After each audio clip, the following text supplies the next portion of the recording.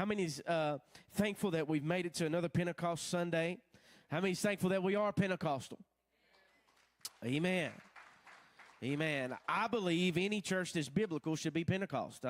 You cannot change my mind about Pentecost. I believe the church was founded in Pentecost, as we call it today, and it'll be raptured in Pentecost. I believe that. However, I'm not blinded to the fact that there are people in our circles in the charismatic movement that abuse Pentecost. I'm not blinded to the fact that they'll make a show where there, as Michaela said today, there don't need to be any show. Because when the authentic power of the Holy Ghost shows up, it doesn't matter if you've got screens or lights or a mic or when the authentic power of the Holy Ghost shows up, you don't need to work him up. You don't need to make him do something. He will show up and he will take over. It has been said that there have been investigators that went to one of our biggest charismatic churches, and if you like them, so be it.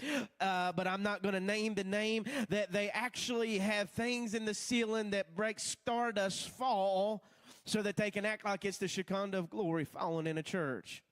They actually have a school where they'll teach their students in their colleges to go out into the city that they're in and rebuke Satan and cast the Satan out of the city, and yet Satan's still there, but yet they call it Pentecostalism. They call it charismaticism. They say that it's a move of God, and they're trying their best to work up what God never meant to be worked up. God just said, I'm just going to pour it out. On the day of Pentecost, in Acts chapter 2 is where we're going to get to, you see that Jesus just told them to go to the upper room and wait there until they received power. And that's what you and I are going to talk about today, is why God used some things. Now, even though I'm cautious about some of our charismatic movement, how many are with me that I refuse to bow to the Reformed or Calvinist bunch that say that the Spirit is not for today? I refuse to give in to the fact that the gifts of the Spirit are not for today. I refuse to bow to that. I believe that he's the same yesterday, today, and forever. If they could operate in the gifts then, we can operate in the gifts now. How many believe that? Say amen. But before you can get to the gifts, you have to understand that God has a process and a reason for doing things.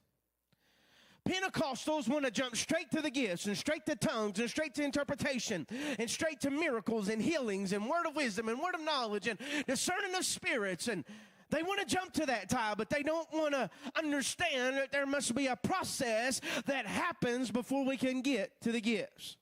So today is going to be a Pentecostal message like you ain't never believed what happened on a Pentecost Sunday. Turn with me to Acts 2, very famous scripture. We all know it. If you're Pentecost, you should know it. If not, shame on you, so let's learn it together. When the day of Pentecost had fully come, they were all together in one place. Suddenly there came a sound or a noise like a violent rushing wind. Somebody mark wind in the Bible. And it filled the whole house where they were sitting. And there appeared to them cloven tongues as of fire, circle fire, and tongues, circle tongues and fire, distributing themselves, and they rested on each of them. And they were all filled with the Holy Spirit and began to speak with other tongues as the Spirit was giving them the utterance. I was going to read to you the rest of it. Yeah, I'm going to anyhow. Go on down, Christy, to verse 14. Let's get Pentecost. But Peter, taking a stand with the 11, raised his voice and declared to them, men of Judea, all who live in Jerusalem, let this be known to you, give heed to my words. For these men are not drunk as you suppose, seeing it's but the third hour of the day. But it is which was spoken through the prophet Joel. Listen to this. And it shall be in the last day, as God says, that I will pour out forth of my Spirit on all mankind. Somebody say, all mankind. And your sons and your daughters shall prophesy, and your young men shall see visions, your old men will dream dreams, and even on my bond slaves, both men and women, I will in those days pour forth of my Spirit, and they shall prophesy. And I will grant wonders in the sky above and signs on the earth below, blood and fire and vapor of smoke. The sun will be turned into darkness and the moon into blood before the great and glorious day of the Lord shall come. Listen to this.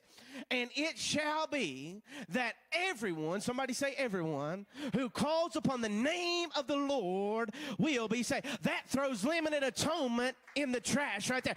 Everyone who calls upon the name of the Lord will be saved. Now go on with me to verse 38 and verse 39, Christy. Should have two more up there. Bless the Lord. I should be. Did I not put them on there? I think you're missing it. I didn't do it. Well, it's your fault. Let me just read them to you. It's your fault. Peter said to them, repent and each of you be baptized in the name of Jesus Christ for the forgiveness of your sins, and you will receive the gift of the Holy Spirit. You need to mark verse 39 in your Bible this morning. For the promise is for you and your children and for all who are afar off. Somebody say amen. As many of the Lord our God will call to him. So how many has been called unto the Lord this morning? That means the gift that Peter was talking about is for you this morning. I could go on a rant for 3 hours through these verses, because that Reformed bunch and that Calvinist bunch has got so much stuff wrong that it kills me. But for the sake of time, since Michaela took my time this morning, I'm not going to rant to you this morning, but let me tell you that women can preach the gospel of Jesus Christ, because he said, upon my men and women they shall prophesy. I'm going to tell you that limited atonement is in the trash, because anyone who calls upon the name of the Lord shall be saved. And I'm going to tell you that the gifts are for today, because I've been called by God. That means that this promise is still true today.